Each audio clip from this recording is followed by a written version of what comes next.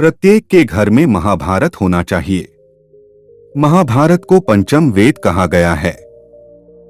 यह ग्रंथ भारत देश के मन प्राण में बसा हुआ है। यह भारत की राष्ट्रीय गाथा है। अपने आदर्श स्त्री पुरुषों के चरित्रों से भारत के जनजीवन को यह प्रभावित करता रहा है।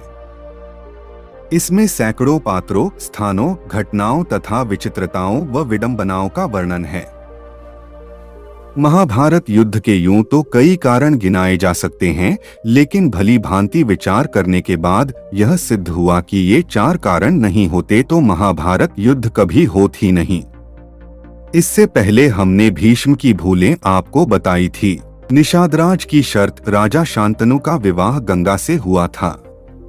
गंगा के गर्भ से महाराज शांतनु को 8 पुत्र हुए, जिनमें से 7 को गंगा ने गंगा नदी में ले जाकर बहा दिया। वचन के बंधे होने के कारण शांतनु कुछ नहीं बोल पाए।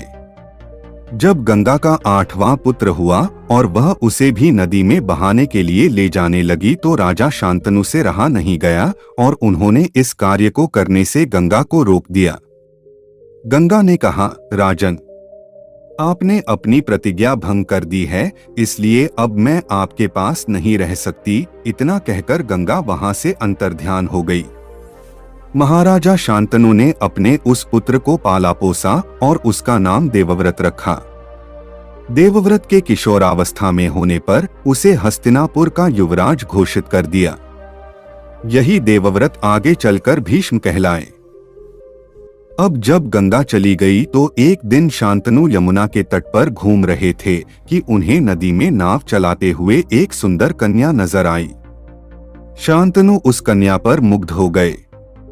महाराजा ने उसके पास जाकर उससे पूछा, हे देवी, तुम कौन हो? उसने कहा, महाराजा, मेरा नाम सत्यवती है और मैं निषाद कन्या हूँ। महाराज उसके रूपयौवन पर रीझकर उसके पिता दाशराज के पास पहुँचे और सत्यवती के साथ अपने विवाह का प्रस्ताव किया। इस पर धीवर दाशराज ने कहा, राजन, मुझे अपनी कन्या का विवाह आपके साथ करने में कोई आपत्ति नहीं है, किंतु मैं चाहता हूं कि मेरी कन्या के गर्भ से उत्पन्न पुत्र को ही आप अपने राज्य का उत्तराधिकारी बनाएं, तो ही यह विवाह संभव हो पाएगा। निषाद के इन वचनों को सुनकर महाराज शांतनु चुपचाप हस्तिनापुर लौट आए और मन ही मन इस दुख से घुटने लगे।